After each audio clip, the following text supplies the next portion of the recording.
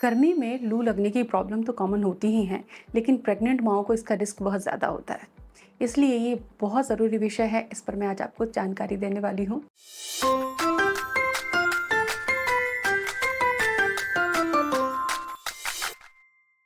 Welcome to YouTube mom, आप सभी का स्वागत है। चैनल सब्सक्राइब ज़रूर करें।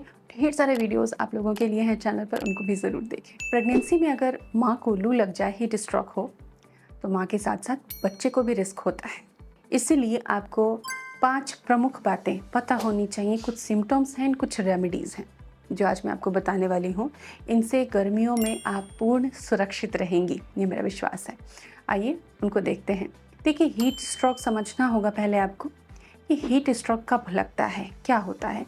शरीर का तापमान जब 40 डिग्री को टच कर जाता है या उससे ऊपर जाने लगता है, तब हीट स्ट्रोक होता है। ये कब होता है? जब आप कॉन्स्टेंटली डायरेक्ट सनलाइट में रहेंगे, दोपहरी में बाहर निकलेंगे, पानी कम पिएंगे, ऐसे बहुत सारी चीज़ें।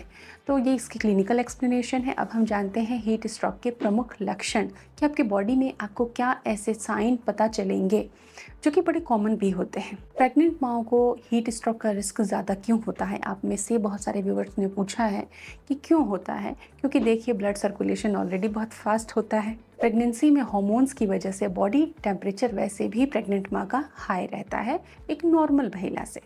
इसलिए हीट स्ट्रोक का रिस्क प्रेग्नेंट माओं को ज़्यादा होता है। सबसे पहले अब हम लक्षण जानेंगे जो कि बड़े मेल खाते हैं कॉमन सिम्टम से, लेकिन मैं इनको वार्निंग साइंस कहती हूँ। ये सीधे साधे लक्षण नहीं हैं, ये वार्निंग एंड डेंजर साइंस हैं। तो अगर आपको चक्कर ज़्यादा आ रहा है, सो के उठ रहे हैं, लेटे हैं, उठ रहे हैं तो चक्कर आ रहा है, चलने फिरने में चक्कर आ रहा है, तो एकदम अलर्ट हो जाइए। अगर गर्मी का मौसम है, आंखों के आगे अंधेरा छाना, इस तरह की चीज़ें हो, तो समझ जाइए कि ब्रेन को ऑक्सीजन सप्लाई प्रॉपर नहीं मिल रही है एंड हीट स्ट्रोक का खतरा आपको बढ़ गया है। आपके शरीर प्रेगनेंसी में गर्म रहता है। कोई भी आपका हाथ टच करेगा तो पता चलेगा कि अरे, तुम्हारा शरीर तो थोड़ा गर्म लग रहा है। तो इट्स कॉमन इन प्रेगनेंसी। लेकिन अगर आपको बॉडी गर्म लग रही है और स्वेटिंग नहीं हो रही है, स्किन ड्राई हो रही है आपकी, तो समझ जाइए ये एक हीट स्ट्रोक का लक्षण है। जब बॉडी गर्मी को, ओवरहीट को कंट्रोल करने की कोशिश करती है, तो सांस की गति बढ़ जाती है, दिल की धड़कन बढ़ जाती है। तो अगर आपकी धड़कन बढ़ जाए, सांस की गति बढ़ जाए, तब भी आपको अलर्ट होना होगा। ब्रेन ओवरहीटिंग के कुछ साइन एंड सिम्टम शो करता है हमारा बिहेवियर की। जैसे कोई कुछ बात बोल रहा है और आप उसे बिल्कुल समझ नहीं पा रहे, कन्फ्यूज़न है आपको कोई भी सिंपल सी चीज़ समझ में नहीं आ रही, आप कुछ कर नहीं पा रहे हो, या आपको बेचैनी हो रही है बिना किसी बात के, तो ये भी हीट स्ट्रोक का एक लक्षण है। हीट स्ट्रोक जब लगता है तो बॉडी में ऑलरेडी इलेक्ट्रोलाइट इम्बैलेंस और डिहाइड्रेशन की कंडीशन बनी रहती है। ऐसे में अगर आपको नौजिया सा लगे, थकान लगे, बहुत ज़्यादा थकान लगे, उल्टी हो या उल्टी जैसा, उबकाई जैसा महसूस हो, ये भी हीट स्ट्रोक का सिम्टम है। लेकिन इसको प्रेगनेंसी में कॉमन मानते हैं, तो दूसरे सिम्टम्स को ज़रूर टैली कीजिए। प्रेगनेंसी में हीट स्ट्रोक डेंजरस क्यों है? मैं क्यों डेंजर साइन, वार्निंग साइन कह रही हूँ? क्योंकि ये प्लेसेंटल ब्लड सर्कुलेशन को कम कर सकता है और बच्चे को भी ऑक्सीजन एंड न्यूट्रिएंट सप्लाई कम जा सकती है, तो बच्चे को भी रिस्क हो सकता है। और कई बार इसे कंट्रोल ना करने पर, झेलते रहने पर प्री टर्म लेबर का भी रिस्क होता है। तो आपको बचना है। तो आइए आगे हम सिम्टम समझते हैं। कुछ मैं इमीडिएट एक्शंस आपको बताने वाली हूँ कि हीट स्ट्रोक लगा और कुछ ऐसे तेज सिम्टम आपको हुए तो तुरंत से क्या करोगे। तुरंत ठंडी जगह पर जाओ। जैसे एसी चल रहा है, वहाँ पर आप बैठिए, कूलर में बैठ जाइए, ठंडे पानी में पैर रखा के बिठाइए। कपड़े अगर टाइट हो तो तुरंत उसको ढीला करें। सिर को ठंडे पानी से धोएं, पैर के तलवों को ठंडे पानी से धोएं। पैर के तलवों पे बर्फ़ की मालिश भी कर सकते हैं, लेकिन प्रेगनेंसी में जनरली हम इसे अवॉइड करने को कहते हैं। नॉर्मल ठंडा जो पानी है उसमें आप पैर रख सकते हैं। धीरे धीरे करके पानी की घूंटे दें और उस पानी में ओआरएस मिला होना चाहिए, यानी कि ओआरएस वाला पानी थोड़ा थोड़ा प्रेग्नेंट माँ को हीट स्ट्रोक लगने पर तुरंत इलाज के तौर पर देना चाहिए। और इसके बाद, ये तो प्राइमरी केयर आपने की, इसके बाद तुरंत ही हॉस्पिटल का रुख करना होगा। इसके बचाव के कुछ उपाय बता रही हूँ जो अगर ध्यान रखेंगी तो आपको हीट स्ट्रोक टच भी नहीं करेगा। देखिए, प्रिवेंशन हमेशा की ओर से बड़ा होता है, बेहतर होता है, अच्छा माना जाता है।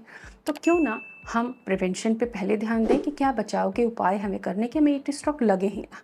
सबसे पहले आप हाइड्रेशन बढ़ा दीजिए। 2.5-3 लीटर पानी की नीड बॉडी को होती है, प्रेगनेंसी में थोड़ी और होती है, लेकिन हम इसे अगर 4 लीटर कर लेते हैं तो ये बहुत अच्छा होता है। वैसे भी गर्मी में प्यास बहुत लगती है और फ्लूइड वाली चीज़ें बहुत हैं, खीरा, तरबूज, खरबूजा, कोकोनट वाटर, छाछ, ऐसे तरह के फ्लूइड हम ज़्यादा लें, पानी, सादा पानी के साथ साथ भी, तो हमारा फ्लूइड इंटेक हमें अच्छा रखना है, बहुत बढ़िया रखना है। और जो चीज़ें मैंने बताई है अगर वो आप लेते हैं तो इलेक्ट्रोलाइट भी मिलेगा फ्लूइड के साथ आपको। 2 काम हो रहे हैं, हाइड्रेशन भी हो रहा है और इलेक्ट्रोलाइट भी बैलेंस हो रहा है। याद रखें कोल्ड ड्रिंक्स नहीं लेना है और बाज़ार के जो पैकेज्ड फ्रूट के जूसेस दिखाए जाते हैं वो आपको नहीं लेने हैं। वो फ्रूट जूसेस नहीं, केमिकल के घोल हैं, आपके लिए किसी काम के नहीं हैं। डायरेक्ट सनलाइट को अवॉइड करना है। मॉर्निंग, इवनिंग, दोपहर कभी भी हो आपको नहीं निकलना है, ख़ास तौर पे दोपहर के समय पर। कॉटन के कपड़े पहनने हैं जिससे कि प्रेगनेंसी में ऑलरेडी बॉडी में गर्मी सी रहती है तो एयर सर्कुलेशन जो है ना कपड़े और स्किन के बीच बना रहे। ढीले कपड़े पहने, कंफर्टेबल कपड़े पहने, कोई भी सिंथेटिक फैब्रिक यूज़ मत कीजिए। टाइट कपड़े मत पहनिए जैसे कि लेगिंग्स हैं या टाइट टॉप्स हैं, ब्लाउज़ वगैरह है, इस तरह के टाइट कपड़े मत पहनिए। थोड़े लूज़ कपड़े पहनिए, कंफर्टेबल कपड़े पहनिए। डाइट सादा रखें और पचने में आसान हो ऐसा डाइट रखिए जिसमें प्रोटीन हो, पोषक तत्व हों, लेकिन मिर्च, मसाले और तेल की मात्रा कम हो। ये गर्मी में खास ध्यान रखना है। हीट स्ट्रोक से आप बची रहेंगे और आपका बच्चा सुरक्षित रहेगा। Hope it helps you. Thank you.